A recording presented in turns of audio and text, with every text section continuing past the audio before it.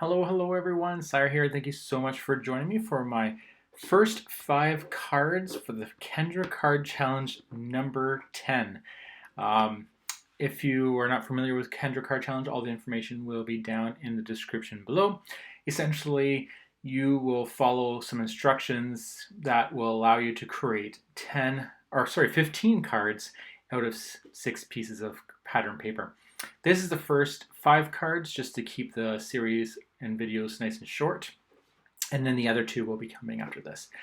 So for card number 1, I am following the sketch very closely. I don't actually have a banner die, so I did cut this off camera by myself, and it's not too bad. You just find the center, snip the edges, and then from each angle or from each corner cut to the center. And of course, then you have to do it twice because there's the white piece of the center as well. I am going to add a little bit more bling to this pattern or this sketch, and I've cut these star shapes, 2 in black glitter and then 1 in a nice pretty purple, and then I heat set that with some white embossing powder using a stamp set that I got from Kraftin Kimmie Stamps. The little girl that's stamped there in the corner there, she's also from that stamp set, and I will link that in the description below if you are interested in this very cute stamp set. It comes with 3 little girls, and I think I use them in all of my cards, so you will eventually see them if you stick around. Color with some Olo markers, which are alcohol markers.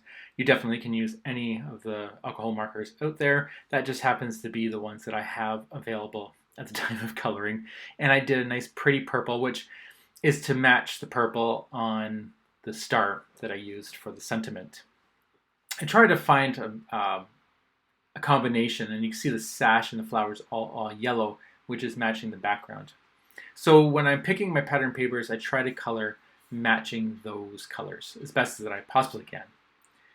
I'm going to use the banner instead of a sentiment banner. I'm going to use it as what's grounding the little girl. And then just for something fun, I grabbed a couple strips of vellum paper, and I'm going to show you how I created some little lines in it. Very easy. Just get your bone folder and go along the scoreboard, and it creates these nice little white strips. And then I fold them in half just to create a little bit of funness, I guess you could say. And I'm just doing that just to try new ways. I really enjoy, usually people use strings and things like that in the background.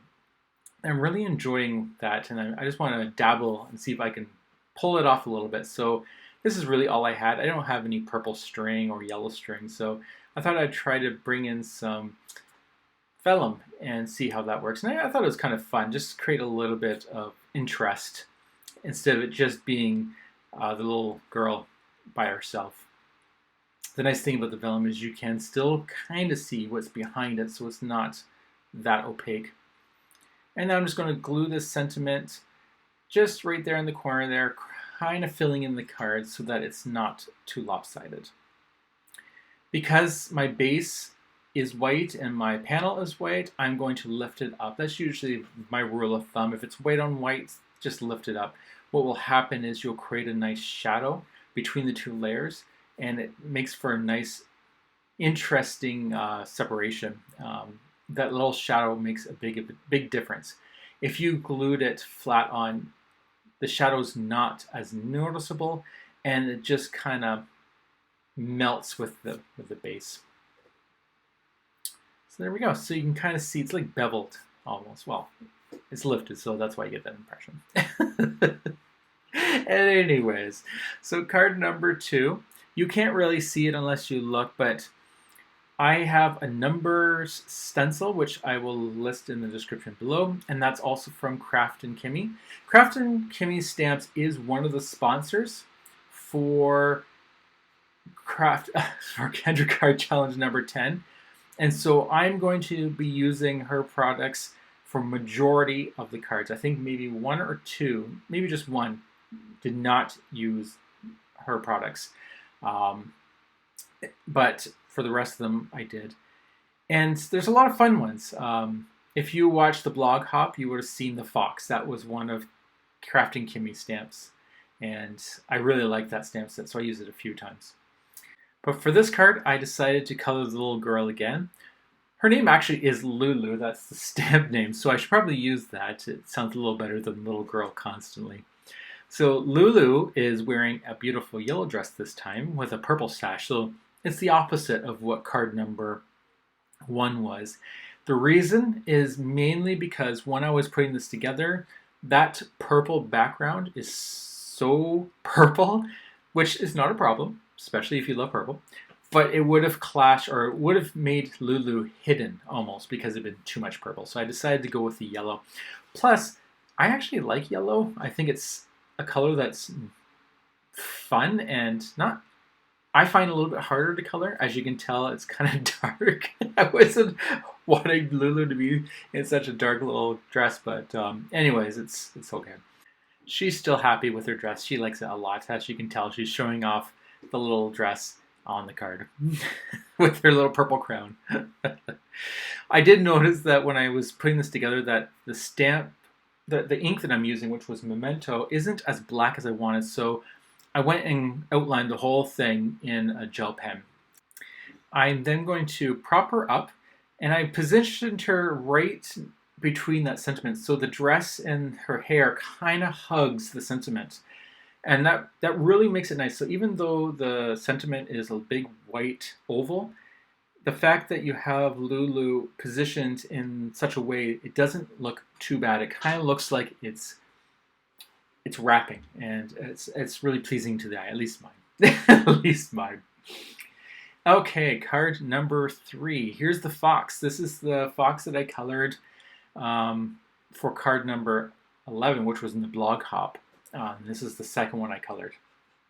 For this sketch, I'm not going to be following it exactly. I'm actually going to turn it on a landscape side just because of the pattern paper that I had. I didn't really like the way it looked going up and down. There was no problems if you did. I just felt it looked a little nicer going horizontally. The blue, like all my mats, they are just scrap pieces, most likely Simon Says card kits, or paper from Simon Says card kits. That's most likely where I got them. But eventually you just start losing track of where all your cardstock comes in because I'm not that organized and keep them in an orderly fashion, which would have been very helpful, especially if someone were to be interested in these colors. So sorry about that, but most likely Simon Says. Just for some fun, this is what I did for card number 11, which once again was in the blog hop. I added a little seam and added some grass. The grass was cut with a border die from Heffy Doodle, and then I just cut it to size and glued it down to the bottom just to create a little seam. The reason I'm having fun doing this is because sometimes these little images get lost because they're just floating on the card. Nothing wrong with that, but sometimes it's fun just to create a little seam. And a great way of doing it, unlike the first card where I used the sentiment banner to do it, this one I actually introduce another element, which is some green grass. The sentiment, Your Foxy, was hollow. It was just an outline. I'm not a huge fan with that, unless I like to color those in, personally. It's just not my style. So I just took my black gel pen and filled it in, and it looks great. So that was card number 3. These are going really fast. It's going way faster than I can talk. I should probably slow it down, but I don't want these videos to be too long. Okay, so for this card, number 4, I believe it is, I'm introducing another stamp set from Kraftin Kimmie Stamps, and it's a bunch of little critters that are celebrating birthdays. However, I added sunglasses to them. So I got, I think it's a Copic fine lining, but you don't need to have a Copic one. There's archival ones, micro pens, I believe. There's another one. Anyways, I drew it on the mouse and the bear in this case, and then I just colored them in with my alcohol markers. For the sentiment, it's another stamp set. There we go. Sorry, I'll show you. So I just kind of stamped them, and then I drew the glasses on. And the reason I did that was because I have that pattern paper with the sunshine or the sunglasses. The sentiment is one of the stamp sets that's just a bunch of birthday sentiments. And so I really like this birthday cake shaped sentiment that says, "May the happy in your birthday last all year," which is such a beautiful sentiment. I love these nice, kind ones. And I'm just placing these little critters on both sides of the sentiment just to fill it in, and they're both wearing their cool shades and party hats. One has a cupcake and the other one's eating icing. So cute. I enjoy that so much that I decided to do that for my fourth card with the penguin. So it also is wearing shades, which I drew on. For this piece, I did the sentiment on some black cardstock and heat set it with some white embossing powder. And then I just made it in such a size that when my pattern paper is aligned, I get that little black strip on the top. I think that's kind of sharp. I really like that. And then this is just some artistic adding of, I don't know what you would call it, just some interest. I don't know, sometimes I just like to add shapes to a card. These are usually scraps. And just to fill in pieces and just have some fun. It doesn't mean anything. It's just there to have fun. And the same thing is with that balloon. I cut that out in vellum. You don't really see it, but it's just adding a little bit to the card. And so I will stack those just behind the stars so that when it's layered there, you can kind of see some layers going on, because it will kind of diffuse the background, kind of soften it a bit wherever that balloon lays.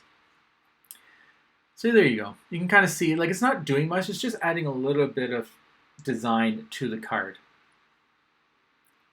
And there we go. You do have to lay this stuff down first because you don't want to glue on the vellum where it's not being covered, otherwise you'll see it. And so I'll just lay everything down, and then once everything is glued nice or glued down well, then I can glue the balloon, which is the vellum piece. Apparently I cut all that part out because I'm not sure how I was able to flip that card upside down if it wasn't glued down. So I think I went crazy with the editing and cut it out, but I would have picked up the balloon and glued wherever it was covered. That's kind of messing with my mind here. I'm not sure. Okay, let's just move on. I'm not sure what happened there. Anyways, once again, white on white, lifted up with foam tape. We'll put it down. So there we go. That was all 5 cards. I'll show you them in real time just so you can see the sparkle and the glamour and all the fun. And there's Lulu. She's happy in both the purple and the yellow dress. Anyways, this is just the first 5 cards of Kendra Card Challenge number 10. I will be working on, well, they're already done. I just got to edit the videos. And then you'll see 2 more in this series, which will be for the 6 and 10 and 11 and 15. So I do hope you enjoyed this fast-paced video, and I hope to catch you in the next one. So until the next time, have a wonderful, beautiful, absolutely gorgeous week, and I will talk to you later. Bye.